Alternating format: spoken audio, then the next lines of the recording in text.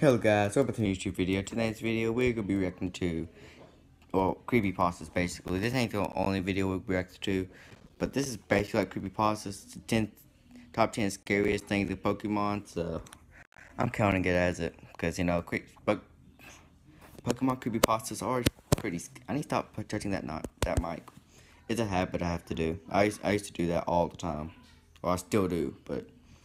Yeah, I still do it all the time. What am I talking about? Anyways, so yeah, if you hear me like munching, ow, that's hot. But I have some pizza rolls right here. So yeah, I'll be eating them in the video because I haven't ate yet. I need to record a video. So I'm trying to record a video a day. They don't take me like days to upload them. I'm doing live streams. Therefore, it doesn't take me as long. If you hear people in the background, sorry about that. I don't know if y'all can hear me like this. But right now I'm covering my mic. I don't know. I've seen the video. Anyway, so let's get into this. Oh, this was made by Dobbs or Dobes or Dubs. Okay, I'll hopefully in the video. Cause he's a YouTuber dude. Hopefully he does. Hopefully. Come on. Will you do? Come on, you have to. Togepi, you scared? All right, let's go, Togepi. Togepi, use scary face to lower its speed. Toka. Wait. Are you kidding me? This is supposed to scare me? Like really? It looks like it started to hatch, and halfway through he just said, "F it, I'm an egg." You gotta be kidding me. Togepi. Over the language, then it was blowout. Like it was blowout. Yeah. Game blowout, that's cool. You're not gonna say it? Okay.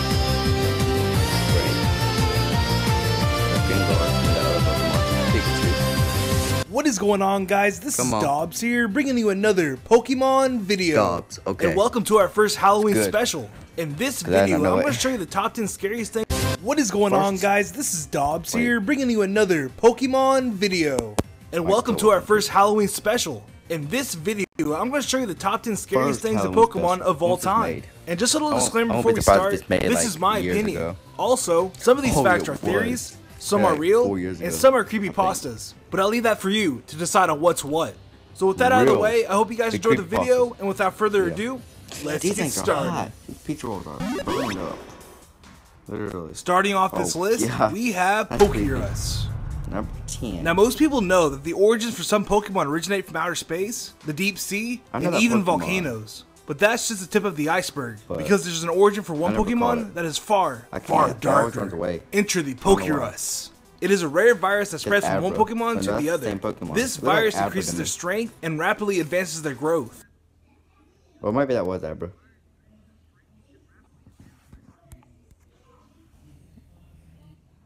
Guys, I said it was a Pokemon.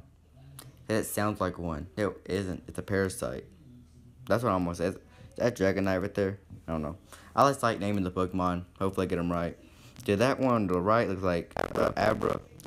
Or some of the Abra family. Like Abracadabra, maybe Abra. Maybe Hypo or Hypro. Can't remember. And that one up there is Dragonite, it looks like. I was like naming them. I don't know why. I might name them in my mind. I don't know. But yeah, apparently it's a parasite. It sounds like a Pokemon though. I'll talk about the one on the right. Because it doesn't look just like any Abra family members. Like the person. Like I don't remember those things on its stomach. Like those 3 lines. I don't remember those. This is a real thing. While not many people know about it, Pokerus has been around as far back as Generation 2. In fact, it only has a 3 in 65,000 chance of infecting your Pokemon. So it is a very rare occurrence. Dang. Like we all know, Pokerus is transmitted between Pokemon to Pokemon that are near each other. I don't know how long but what if it infected a human? Meet Kadabra, the Pinnacles. Like we all know, Pokerus is transmitted between Pokemon to Pokemon that are near each other. But what if it infected a human? Meet Kadabra, the pinnacle of...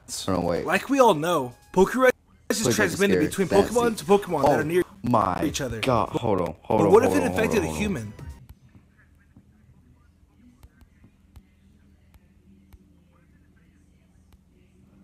Oh my. Guys, look at that thing on the right. Meet Kadabra, the pinnacle of an infected human. That's terrifying. In the Pokemon game Fire Red, its Pokedex entry states, it happened one morning. A boy with extrasensory powers awoke from his bed and transformed into a Kadabra. I was right though. The thought of being turned into a Pokemon is scary, because at any moment, you could be attacked and captured by a trainer. But that's only number 10. Coming at number 9, we have Buried Alive. Now back in the beta stages of Pokemon Red and Green, a rumored final boss was supposed to... As you can see, I am subscribed to that person. See? No, I can't do this one. I can't do this one. This one's terrifying. This... I haven't seen this, obviously, in the game. Was I even alive when this came out? Probably not. I was born in 2005. I don't know. I am 13. Don't think I was. You know, it could have been born... this game... Maybe my fault about play. That's so good. Anyways, this is terrifying. I don't know if this is really adding to the game. I doubt it was. To appear on top of the Pokemon Tower. This boss was represented as a living corpse crawling out of his grave. In order to reach this mysterious boss, you would have to climb through all the floors of the tower. The player would then come across a very unique headstone. Upon clicking the headstone, a battle would initiate and the Buried Alive final boss would begin. The sprite of this abomination was a decaying human corpse trying to crawl its way out of the ground. This corpse was programmed to have 2 white hands, a Gengar, and a Muck. Since the programmers never went through with this chilling battle, defeating Buried Alive resulted in a game crash. But if you lost, something much sinister would happen. A black screen would appear. The corpse would shout, "Finally, fresh meat," followed by several lines of gibberish. Suddenly the player would find himself being dragged down into the ground, with the game over text hovering over him. In the background, you could almost see your character being devoured by this zombified creature. Some say there are glitches in the released games to initiate the battle. Others say that there's hacked games floating around with this evil boss, which is very frightening. For number 8, we have Giovanni's plan. Now what if the criminal mastermind, Giovanni, was actually trying to save the world rather than taking over it? As seen in the first Pokemon movie, none of the scientists who created Mewtwo realized how powerful he would become. After being killed by this monstrous Pokemon, word spread quickly and Giovanni was the first to be on call. Taking this Pokemon in, he isolated him in a mecha suit to control his powers. After that, his plan for destroying this evil creature began. Giovanni's first mission was to capture the Silph Scope so that he could discover Ghost-type Pokemon, which are of course super effective against Psychic Pokemon. This would allow Giovanni to weaken Mewtwo so that he could capture him. No trainer on Earth at the time had the power to weaken this legendary Pokemon enough to capture him, not even Red, because at the time, he was still training his Pokemon in order to complete the Pokédex and become champion. Knowing this, Giovanni soon learned of a Pokeball that could capture any Pokemon without failure. So in order to stop Mewtwo once and for all, he and his crew went to steal this new technology. Although this is just a theory, the unopened eye has been opened to this chilling tale of Giovanni. Coming at number 7, we have the sad story of Ash Ketchum. Now we all know who Ash is, tale of Giovanni. Team Rocket, the crew. That's the crew. Team Rocket. Voice is creepy. Venusaur, right? Venusaur? That thing, hold on. That thing right there looks like, it's Ash, never mind. For some reason the hair looks like I just looked at it for like 1 quick second, look at number 7, that's what I always do. Don't know why. It looks like Venusaur to me. But it did, it doesn't now. But it did. Why do we need that? I'm going to... Coming at number 7, we have the sad story of Ash Ketchum. Now we all know who Ash is, the young boy who never ages that is set on a journey to become a Pokemon Master. But what if I told you there's a much darker story to Ash? The real story of Ash begins with a notorious bike accident that happened on episode 1. This accident caused Ash to go into a deep coma, with numerous subconscious characters that we see. This theory would be evident of why Ash never ages, and many more chilling manifestations. The fantasy that we see and Ash is experiencing are steps to the awakening out of the coma. This would explain why Ash is never recognized when entering a new region. I mean, who wouldn't recognize a person who has placed in the top in multiple Pokemon leagues and has conquered the battle frontier? Along with that, everyone that Ash meets is an aspect of himself. Brock represents Ash's lust. However, since Ash can experience that in his current state, Brock must never succeed. That happened on episode 2 Ash's Tale of Giovanni. Ash's, the young boy who never ages that is set on a journey to become a Pokemon Master. But what if I told you there's a much darker story to Ash? The real story of Ash begins with a notorious bike accident that happened on episode 1. This accident caused Ash to go into a deep coma, with numerous subconscious characters that we see. This theory would be evident of why Ash married in the back of your mind. What would push Ash into being the best meets is an aspect of himself. Brock represents Ash's lust. However, since Ash can experience that in his current state, Brock must never succeed. Gary is what Ash wants to be. Without Gary, what would push Ash into being a better trainer? And finally, Team Rocket are Ash's demons, always trying to sin in every opportunity they have. The story of Ash is a sad one, but it's just a theory to wonder in the back of your mind. Next up at number 6, we have Yamask. This abomination of a Pokemon was once a human being that died many years ago. How Yamask came into existence begins with the spirits of the dead, who rose from the graves below them. They transform into a Pokemon holding their face with only their tail. That's right, the mask you see this Pokemon is holding is actually their face. Not only that, it retains the memories of his former self. You probably thought Cubone life was terrible, enter the life of Yamask. On top of that, Yamask is a ghost-type Pokemon, so at any moment, one of these monstrous things could be behind you, right now. The irony is very cruel, because trainers who once trained their Pokemon to fight others are now paying the price. Is this the fate of what happens to Pokemon trainers? I'll leave that for you to decide. Oh yeah, I did remember this. Coming at number 5, we have the Poison Ghost Girl. Dang. The story of Eterna City is rather simple. It's just a normal town with normal people. But the history behind the old Chateau is a completely different story. Known as being a haunted mansion filled with ghost Pokemon, the old Chateau holds a horror story within it. Gardenia, the gym leader of Eterna City, had a sister. Her sister was originally supposed to be the gym leader of Eterna. That's when the jealousy started to build with Gardenia. Gaining all the attention and recognition throughout the city, the Ghost Girl soon had a different fate in store for her, because she would soon be betrayed by someone she loves. After Gardenia's jealousy hit the boiling point, she poisoned her sister along with her grandpa. Instantly regretting it, it was already too late to turn back. This is the reason why you come across a Ghost Girl roaming the rooms along with an antidote in one of the trash cans. At one point in the game, you find Gardenia in front of the house claiming she's too busy to go in. But the truth is, she's too scared to go back. For number 4, we have the Lavender Town Syndrome. Now back when Pokemon Red and Green were just released in Japan, a very strange sickness was floating around. Rumors started to spread that these illnesses only occurred after the children reached Lavender Town. This town had extremely high frequencies that could be very dangerous psychologically to the young ear. Further studies show that only the young children could hear this frequency because their ears were more sensitive. Due to Lavender Town, at least 200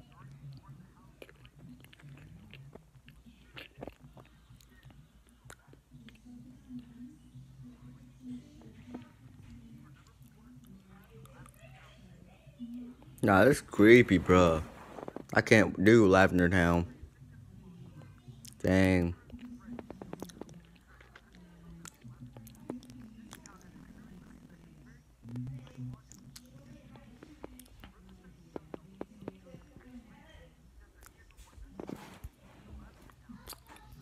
I need to tell y'all a story right quick. It's gonna be a quick one, obviously.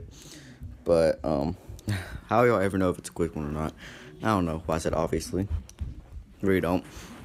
Anyways, so basically, like, I think when I was like 10, I heard this from the Lavender Town. I'm not gonna show y'all because y'all are kids. It actually is like a real thing. Like, I could hear it, and it was, let's just say, it made my ears hurt.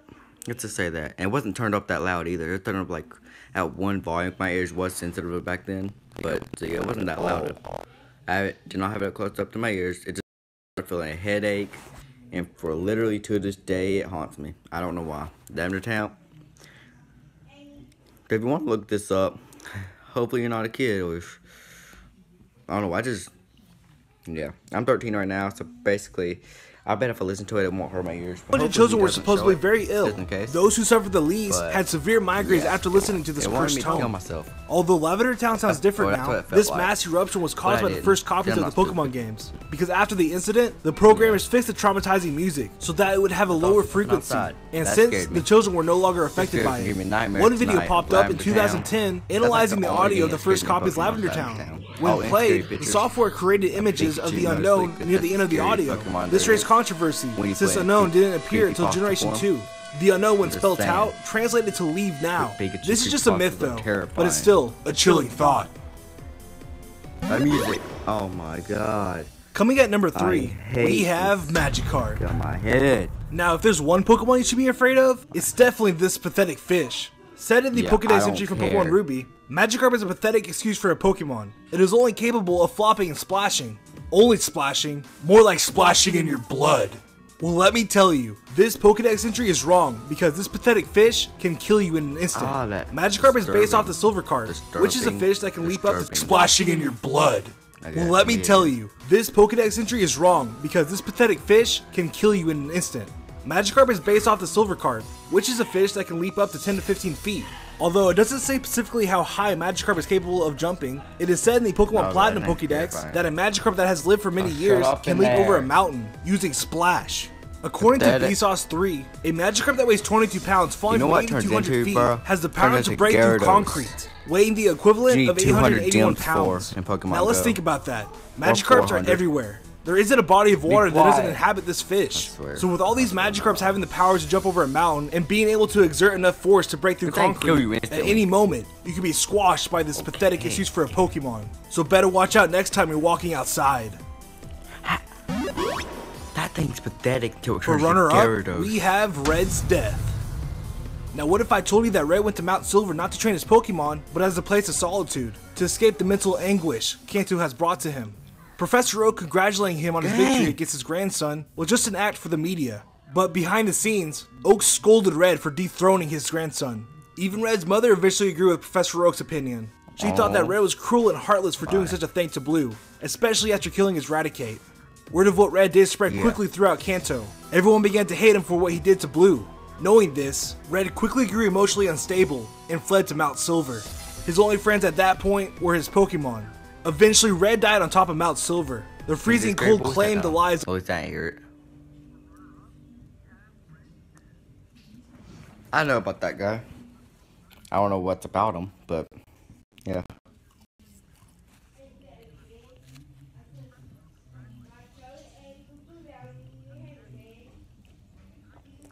of him and his Pokemon. Although many people reject this theory, the evidence is there.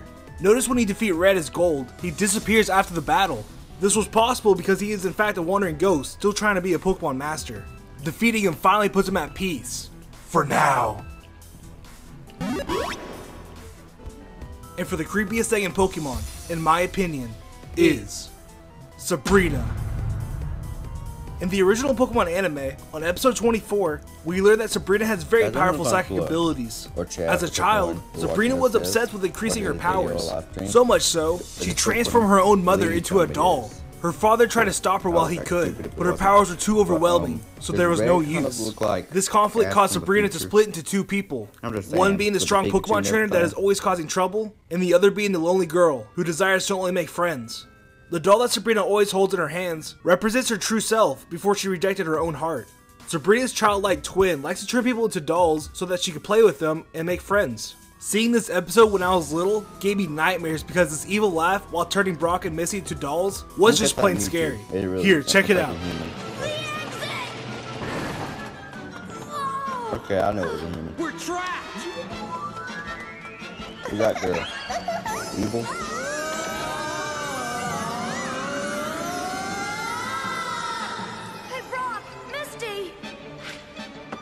Yeah.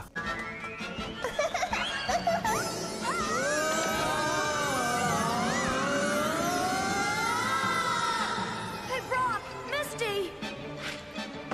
Yeah, I wouldn't mess with Sabrina. And that is why I chose Sabrina for number 1. And there you have it, the top 10 scariest things in Pokemon. I hope you guys enjoyed the video. Be sure to leave a like if you did. I appreciate the time. And also, if you're enjoying the channel, be sure to subscribe. And if you want to follow me,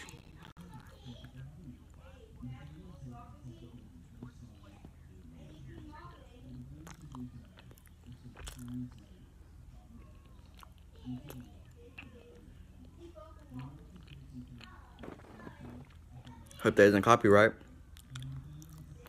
They're dolls, of course. Why wouldn't it be? You know? But hold on. What did he say? You said something in Misty, of course. What's that Mortal Kombat is a franchise that is known for not shying away from violence and gore. It's even caused multiple controversies over the years because of it. So naturally, a series filled with gruesome and bloodthirsty characters would lend itself as great inspiration for a scary story or two. So today we're counting down a handful of those with our list of scariest Mortal Kombat creepypastas. Let's jump right in. Hey, dog. I like this one. Starting us off, the demonic-possessed Mortal Kombat cartridge. This story follows a boy named Jake who... music. Lavender Town. Lavender Town. No. Oh my god. Japanese Lavender Town music. It's terrifying. It was the one. I'm doing top 10 gaming. Played the second Mortal Kombat game on the Super NES for the first time. Now, having played other games in the series before, and having played MK2 on an emulator, he was excited to see what the console game was like, and purchased it online for a sweet $15. It was a red SNES, which is something that he had never seen before. But after doing some research, had found out that there had never actually been a red version of the console released in the US, or anywhere else internationally. Thinking he was an idiot for buying a fake console, he found himself pleasantly surprised when the package arrived at his house a few days later. A mailman showed up at his door wearing a dark red uniform with a very strange look in his eye. Something was unsettling about this guy. He handed the package to the gamer who signed for it and then oddly lingered for a few seconds in silence before departing. Something didn't feel right. The gamer ignored it though and went inside and ripped open the box. This fake red Super Nintendo was actually pretty cool, so screw it, he thought. He plugged it into his TV and decided to give it a go. He started the game playing as his favorite Sub-Zero. Match after match after match was more grueling than he had ever remembered. He had played for what felt like hours when he started to realize a faint screeching noise was coming out of his television. The matches got even more difficult, more brutal, and even more gory, and he continued to feel like he was being hypnotized. How could this be? Perhaps this cartridge was a fake too, and all of a sudden a bright light blinded him, and he fell backwards onto the floor. He couldn't move. From the corner of his vision, he saw the box that the console was sent in. A letter had now appeared. He crawled over with all of his strength across the room to pick it up and read it. It read, "I am sorry I ruined your life. The game console and MK2 could kill you. It killed my older brother Joe. Play at your own risk." The gamer, still feeling incapacitated, crawled across the room again and yanked the power cord out of the Super Nintendo. The console returned to its regular color. Confused by the experience, he set it on fire out in his backyard and hasn't played a Mortal Kombat game since. Up next is Mortal Kombat.exe. This creepypasta is about a gamer who one day was surfing the web for emulators when they found a game called Mortal Kombat EXE. The game took up 2 GB of memory, something that our protagonist thought was promising, since they had never played a Mortal Kombat game before that took up that much space. So it had to be great, right? Anyway, the game took over 4 hours to download, and when it finished was when things started to get a little weird. When the gamer hit the run button, their laptop burst into static noise and went entirely black. After a few tries, they managed to turn their laptop back on. Thinking their computer just crashed because of the download, they opened up the game and tried it out. No music played as it opened. Only a game mode selection appeared: arcade versus practice, options, and exit. So they clicked on arcade. That's when the music appeared, the typical Mortal Kombat theme, blasting through their speakers. Since it was a tad overbearing, they hit the mute button. A total of 276 characters were available to play, containing multiple versions of every single fighter that had ever appeared in a Mortal Kombat game before. The gamer chose the Mortal Kombat Trilogy version of Chameleon. Then it got even more available to play, containing multiple. So they clicked on arcade. That's when the music appeared, the typical Mortal Kombat theme, blasting through their speakers. Since it was a tad overbearing, they hit the mute button. A total of 276 characters were available to play. There was 500 stages to choose from.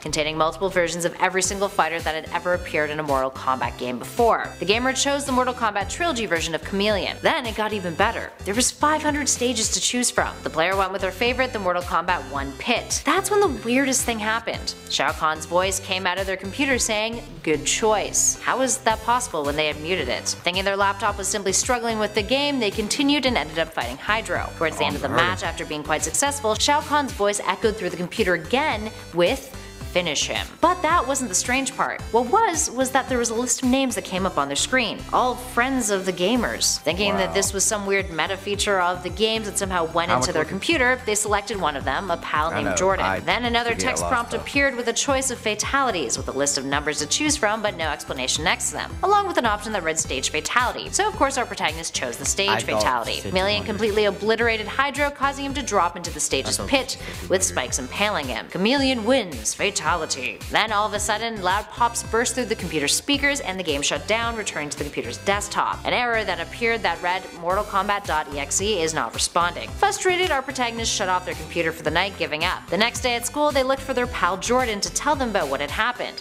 and crack a joke that they had selected his name.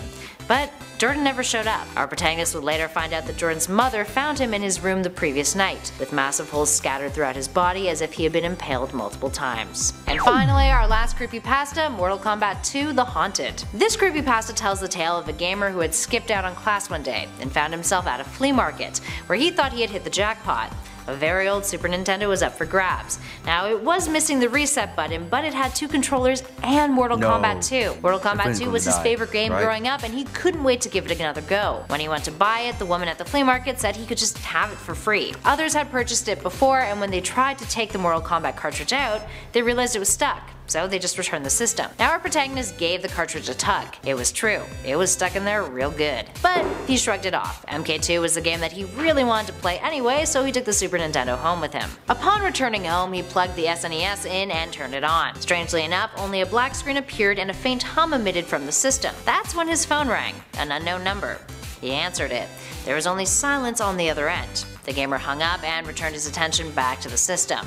The game's music then poured out of his television speakers. It went straight to the menu, skipping over the familiar dev logos that he had seen time and time again in the past when previously playing. Thinking nothing of it, he decided he would set the game to the highest difficulty to see if he still had all of his old skills. When he was skimming through the difficulty levels, he found one that was higher than very hard, a level called Realistic. He had never heard of this before, so he selected it and the game cut to black for about 30 seconds before text in Japanese appeared on his screen that he couldn't read. Flickers of images also scattered across the screen, all of mutated bodies and individuals who had no eyes with fear-stricken faces. The character select then popped up. The gamer chose his favorite, Sub-Zero, seeing a theme here, and upon selecting him, a blood-curdling scream echoed out of his speakers.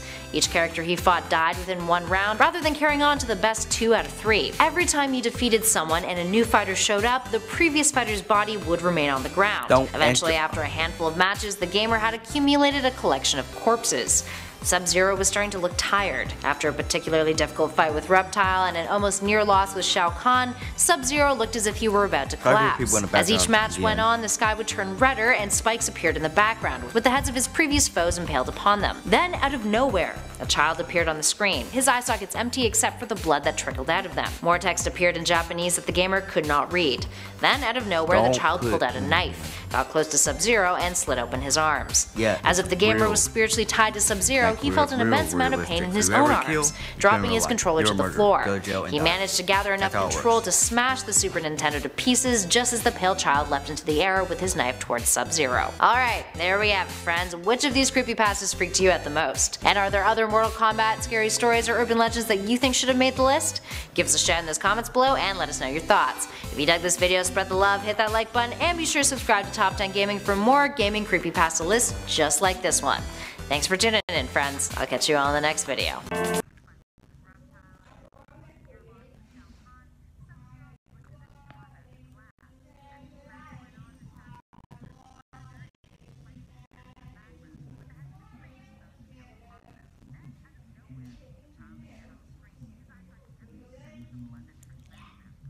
That's scary. For years, games have been criticized for promoting violent behavior in players of all ages. Especially while all media can easily be to blame for inspiring impressionable individuals to act in reckless ways, some games have gotten a lot of heat for their content in the past. Now, while it's unfair to correlate certain titles to all violent behavior in kids who like video games, the ones that we explore on this list have actually been the catalyst for the deaths of various people over the years. So with that in mind, here's our list of the top 10 video games that cause deaths, directly and indirectly.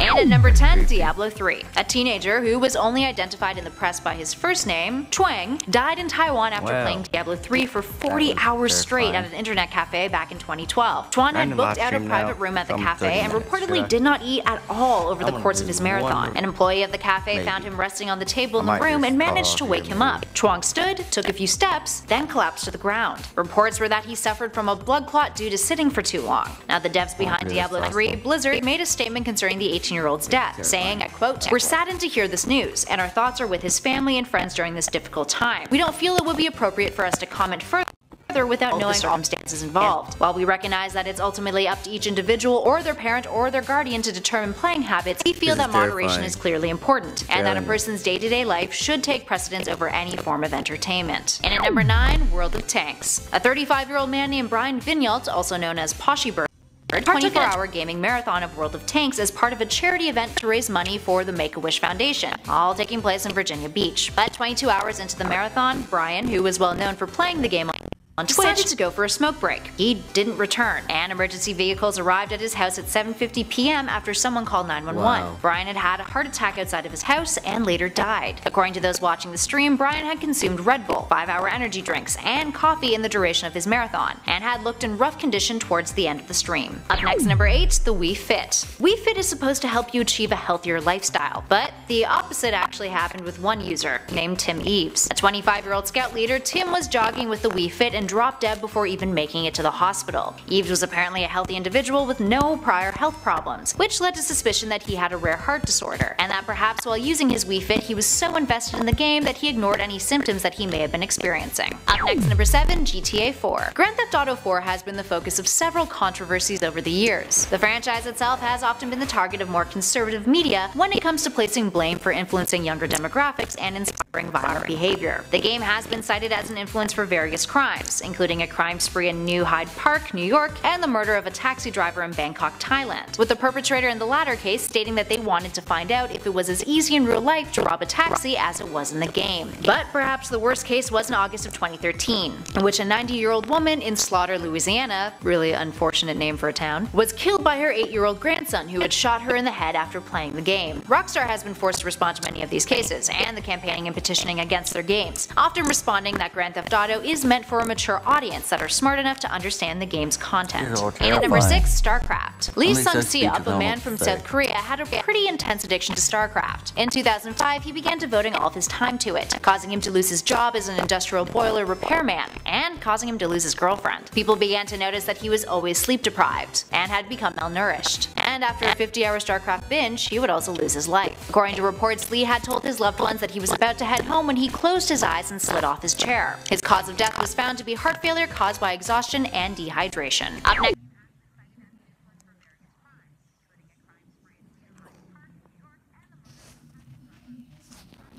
5, Farmville. For a long time, Farmville was the gaming obsession of many an individual. A farming simulation social network game originally released in 2009 via Facebook, it's fallen from glory, going from its peak of 34.5